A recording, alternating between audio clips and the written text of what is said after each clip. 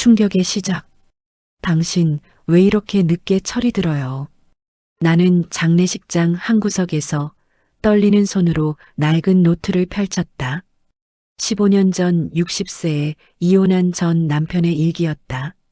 그가 75에 홀로 죽어가며 쓴 마지막 문장이 눈에 들어왔다. 내가 가장 사랑했던 건 엄마가 아니라 당신이었어. 너무 늦게 깨달았어. 가슴이 무너졌다. 평생 나를 외면하고 시어머니의 하수인처럼 살던 그 사람이 죽음 앞에서야 나를 찾고 있었다. 엄마 아빠가 엄마 이름을 부르며 돌아가셨대요. 딸아이가 울먹이며 말했다. 나는 대답할 수 없었다. 이 일기장 안에는 우리 부부가 무너진 모든 순간과 상상도 못한 충격적인 진실이 담겨 있었다. 여러분, 오늘 이야기를 끝까지 들어주신다면 구독 버튼과 좋아요, 그리고 알림 설정을 꼭 눌러주세요. 여러분의 응원이 큰 힘이 됩니다. 저는 올해 75 김영숙입니다. 서울 변두리의 작은 아파트에서 혼자 살고 있습니다. 두 자녀는 결혼해서 각자의 가정을 꾸렸고 저는 요즘 경로당에서 봉사활동을 하며 소소한 일상을 보내고 있습니다.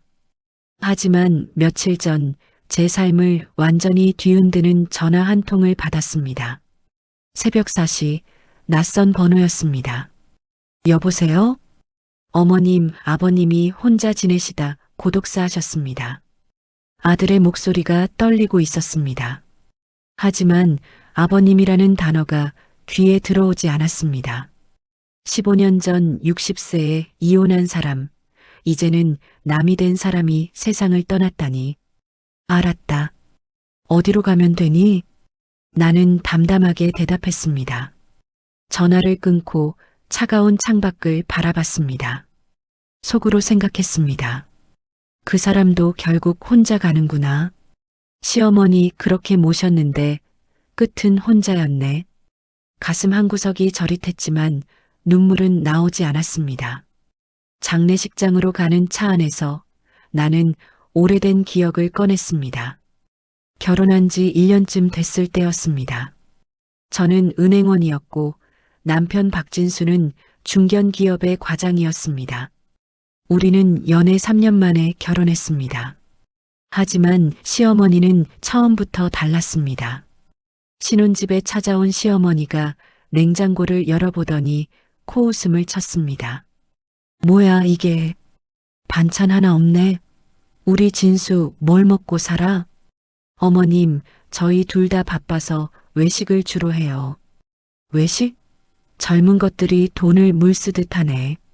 그러니까 결혼하고도 애가 안 생기지. 그 말에 가슴이 철렁했습니다. 당시 저희는 아이를 가지려고 노력 중이었습니다. 어머님, 그건 조금 시간이 필요해서. 시간? 며느리가 몸이 안 좋은 거 아냐? 병원은 갔어? 시어머니는 남편에게 말했습니다. 진수야, 며느리 데리고 병원 가봐라. 혹시 애 못 낳는 몸이면 큰일이야. 그 순간 남편을 쳐다봤습니다. 제 편을 들어줄 거라 생각했습니다. 하지만 남편은 조용히 고개를 끄덕였습니다. 알았어요, 엄마. 다음 주에 병원 예약할게요. 여보. 제가 소리쳤지만 남편은 저를 외면했습니다.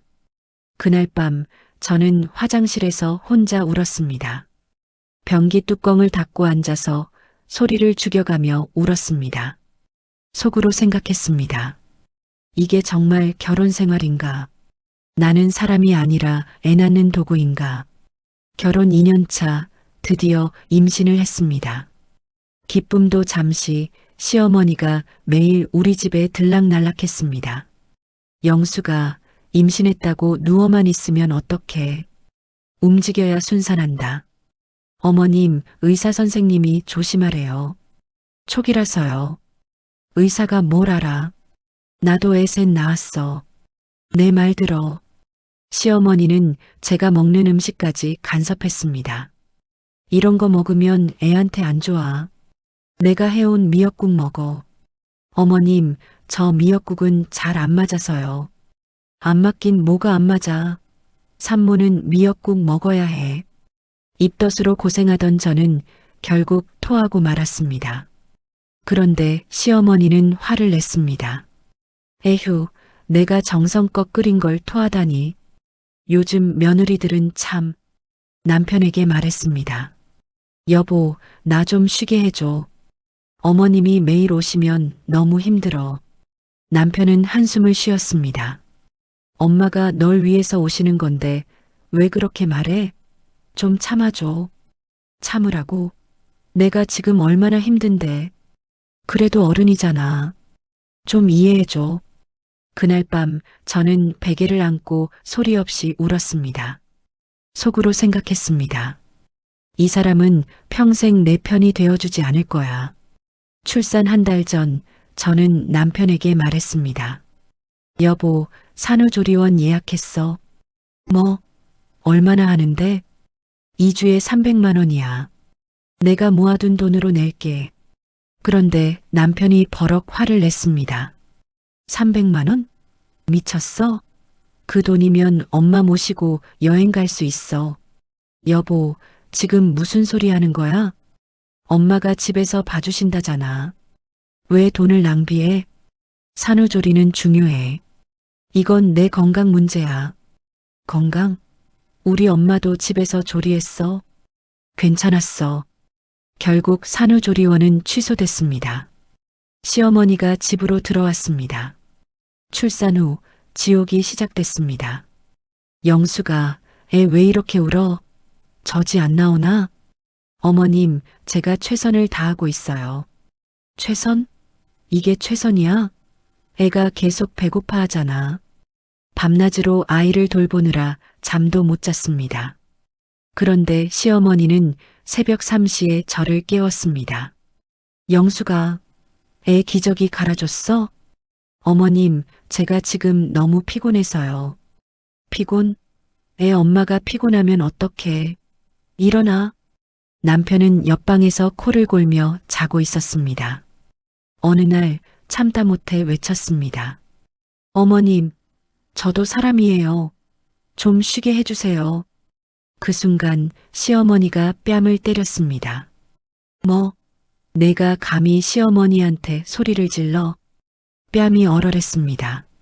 눈물이 주르륵 흘렀습니다. 남편이 뛰어들어왔습니다.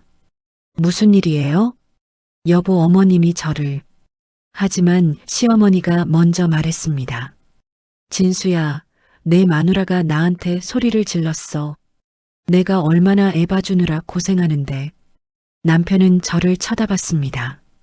영수가 엄마한테 사과해. 뭐라고? 사과하라고. 그날 저는 무릎을 꿇었습니다. 시어머니 앞에서 고개를 숙였습니다. 속으로 생각했습니다. 이건 결혼이 아니야. 이건 노예 생활이야. 결혼 10년 차 아이가 초등학교에 입학했습니다. 저는 여전히 은행에 다니며 맞벌이를 했습니다. 급여는 가족 통장으로 들어갔습니다. 그런데 어느 날 통장을 확인하는데 잔액이 거의 없었습니다. 여보, 이거 뭐야? 돈이 다 어디 갔어? 남편은 당황한 표정으로 말을 더듬었습니다. 그게 엄마가 급하게 돈이 필요하셨대. 얼마나? 2천만 원. 뭐? 엄마 친구분이 사업한다고 해서 투자하셨대. 여보, 그게 우리의 학원비랑 생활비였어. 왜 상의도 없이? 엄마가 급하다셔서 나중에 돌려주신대. 나중에? 언제? 남편은 대답하지 못했습니다. 저는 시댁으로 달려갔습니다. 어머님, 우리 돈 2천만 원이 어디 갔어요? 시어머니는 태연하게 말했습니다. 내가 좀 썼어. 나중에 줄게. 어머님, 그게 우리의 교육비예요.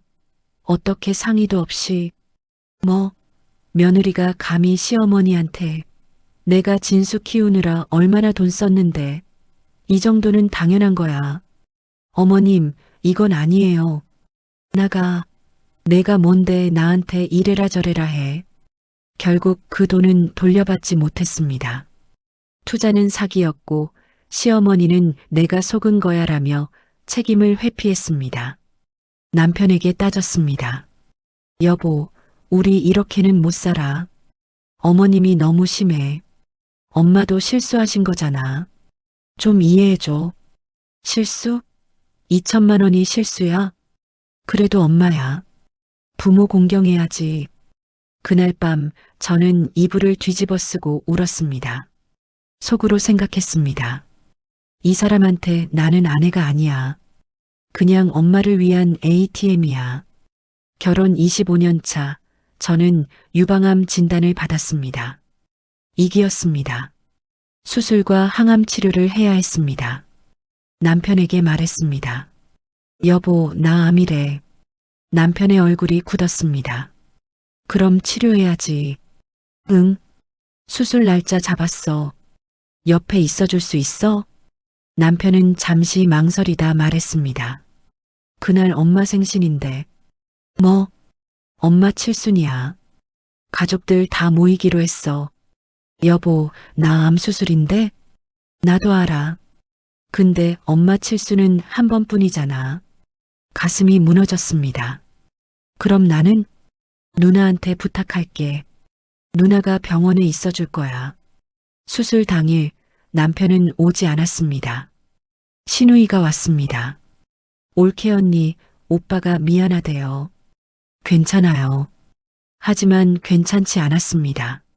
수술대에 누워서 저는 혼자 눈물을 흘렸습니다. 항암 치료는 지옥이었습니다. 머리카락이 다 빠졌습니다. 토하고 온몸이 아팠습니다. 그런데 시어머니가 전화했습니다. 영수가 진수 밥은 차려주고 있어? 어머님, 저 지금 항암 중이에요. 그래도 남편 밥은 차려줘야지. 남자가 굶으면 어떡해. 어머님, 에휴, 요즘 며느리들은 몸이 약해. 우리 때는 아파도 이랬어. 전화를 끊고 저는 바닥에 주저앉았습니다. 속으로 생각했습니다. 나는 이 집에서 죽어도 아무도 슬퍼하지 않겠구나. 다행히 항암 치료 후 저는 완치 판정을 받았습니다. 세월이 흘러 딸이 결혼했습니다. 딸의 결혼식 날이었습니다. 저는 일찍부터 준비했습니다. 딸을 위해 최선을 다했습니다. 그런데 식이 시작되기 전 시어머니가 하객들에게 말하는 소리가 들렸습니다. 우리 손녀 예쁘죠? 제가 손수 키웠어요. 며느리는 일만 하고 제가 밥 먹이고 재우고 다 키웠죠. 손녀라고? 제 딸을 손녀라고 불렀습니다. 그리고 제가 키운 딸을 자기가 키웠다고 했습니다. 가슴이 무너졌습니다. 30년 동안 참았던 모든 것이 한순간에 터져나왔습니다. 결혼식이 끝난 후 남편에게 말했습니다. 여보, 어머님이 우리 딸을 손녀라고 불렀어. 그리고 본인이 키웠다고 했어. 엄마가 실제로 많이 도와주셨잖아. 도와준 거랑 키운 건 달라. 나를 완전히 지우는 거잖아. 너무 예민하게 받아들이지 마. 예민한 게 아니야. 나는 30년을 참았어. 또 시작이네. 왜 맨날 엄마 욕만 해? 그날 밤 저는 결심했습니다. 속으로 생각했습니다. 이제 끝이야. 더 이상 못 참아.